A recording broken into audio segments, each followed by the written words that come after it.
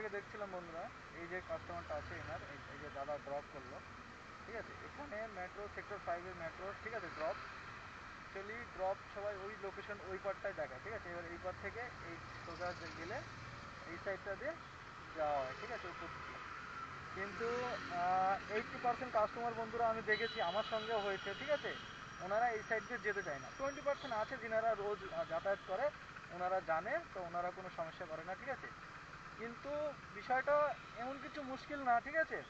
কিন্তু আমি দেখেছি বন্ধুরা, অনেক কাস্টমারই প্রবলেম করে, আমার সঙ্গেও হয়েছে সেম। যিনারা নতুন ওনারা তো আবার বলে যে আমরা বুকিং করেছি ওই পারে, তো আমরা এই পারে কেন নামবো, ঠিক আছে, কোনো সমস্যা নেই, এবার তাদেরকে আমরা ওই পারে ড্রপ করি।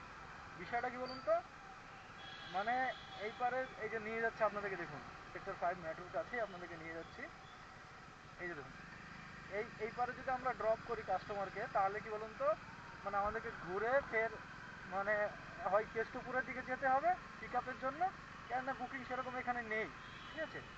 আর না হলে সেক্টর 5-এ তো বুকিং নেই। তো সেই জন্য অনেক রাইডাররা মানে চেষ্টা করে। যাই হোক, একটা বুকিং পেয়ে গেছি বন্ধুরা।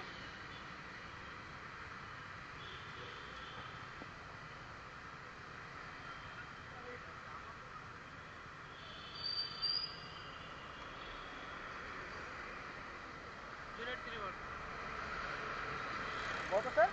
0831।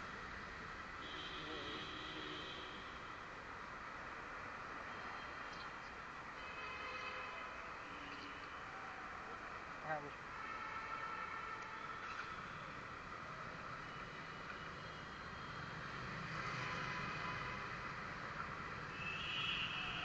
তো সেক্টর 5 মেট্রো থেকে একটা বুকিং পেয়ে